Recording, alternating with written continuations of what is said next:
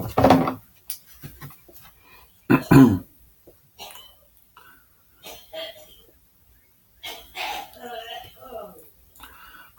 everybody. It's me, Sailor Earth, Ernest here. And today I want to talk about something seriously that, that a lot of YouTubers go through, mostly if they're partnered, but maybe in some cases even if they're not partnered. People submitting false copyright claims. Now, copyright fraud seems to be a big issue on YouTube, and it still is. Now, for most people who are not for most people on YouTube that who aren't using anything in fair use, then it may not apply to them. But people who are not even doing that, but just making normal videos that they believe in their mind are not infringing upon any legit copyright, then they get in trouble. Somebody comes in and for some reason claims that that's their video and it's being infringed upon, or it's being uploaded, or it's being, used in some way when it's not their video. It's obviously somebody else's video. And the YouTube system just automatically assumes, and whoever moderates it automatically assumes that the claimant is telling the truth. Well, in some cases it might be, but in other cases the claimant is just making a false claim to try to get somebody in trouble. To see if they can get someone suspended or terminated, to see if they can make somebody lose their privileges, or if they're monetizing through Google AdSense as a YouTube partner, lose their monetization privilege of the video or videos in question. Now, apparently you might think, it's just individuals trolling, bullying, harassing. No, in some cases, actual companies and corporations, professionals that also been known to do it as well. Now, I'm not going to go through and list names of people who have committed copy fraud, because there's a lot of them, And at first you might think, well, there's got to be some type of approval process, some type of identification process to prove that the claimant legitimately owns the said video or videos, and that they are being infringed upon in some way. To my knowledge, there's not. To my knowledge, somebody has to either go in and submit all the information to the said video that they want to remove because it infringes upon their copyright, or there's some places that use programs that do it for them. Now, people are going to have excuses for those. It's a program. It's malfunctioning. Yeah, well, the people who are liable and responsible for their bot programs also are liable and responsible too. People always find excuses for why this happens. And the copyright report or file or flag program or privilege, because it is a privilege, gets violated every single day by multiple people. And does YouTube ever do anything to stop it? Not that I'm aware of.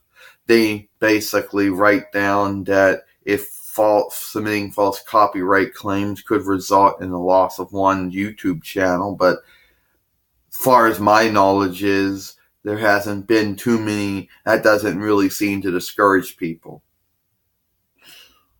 Now, you might think to yourself, why would I be making a video talking about this when it never happened to me? Because it can happen to any user on YouTube. It doesn't matter of their status or not. You might think that this only happens to partners, but it's also been known to happen to non-partners as well. Now, you might think that, Now, the reason that we do not use anything in our videos, and it's just dolls and action figures of us, is because we don't want to get in trouble for legit copyright infringement. But that doesn't stop you from getting in trouble with false copyright infringement or copy fraud, as it's also been known as. Now, you might think to yourself that that's an impulse, you know. Well, it's not an impulse, you know. You are responsible and liable for your actions, even if the website is free. See, and even if, companies and corporations that use programs to go out and, submit copyright claims when it identifies things that it claims to be copyright, they're still liable and accountable for the actions of it as well. So people keep on giving them excuses that it's just wrong. Now, but anyway, it is a big issue on YouTube. Maybe even bigger. Now, some people might think, well, it can't be that bad. Well, you might think, oh, it's your word against their word. Well, if it's on your channel, like this video is currently being made and be uploaded and processed and playable on this channel, so by default, that would show who owns the said video. Well, it's true that I never got anything. I have no documentation. I have never gotten any legal copyrighted done anything on this video. That's true. But just the fact that this video is on this channel and nobody else's channel, and the fact that I did not license it out in any form to anybody else to use, proves that this video is owned by this channel, or will be once it's uploaded and processed and playable. So that so ownership should already be established, by that. It should be the claimant should have to show proof and evidence that that's their video, their content, and that they are the rightful owner of it before allowing to submit the copyright claim. So then that would stop copyright fraud from happening. So only the legit claims would be actually submitted to the legit channels that are committing the legit copyright infringement. But of course, that would be feedbacking YouTube about that.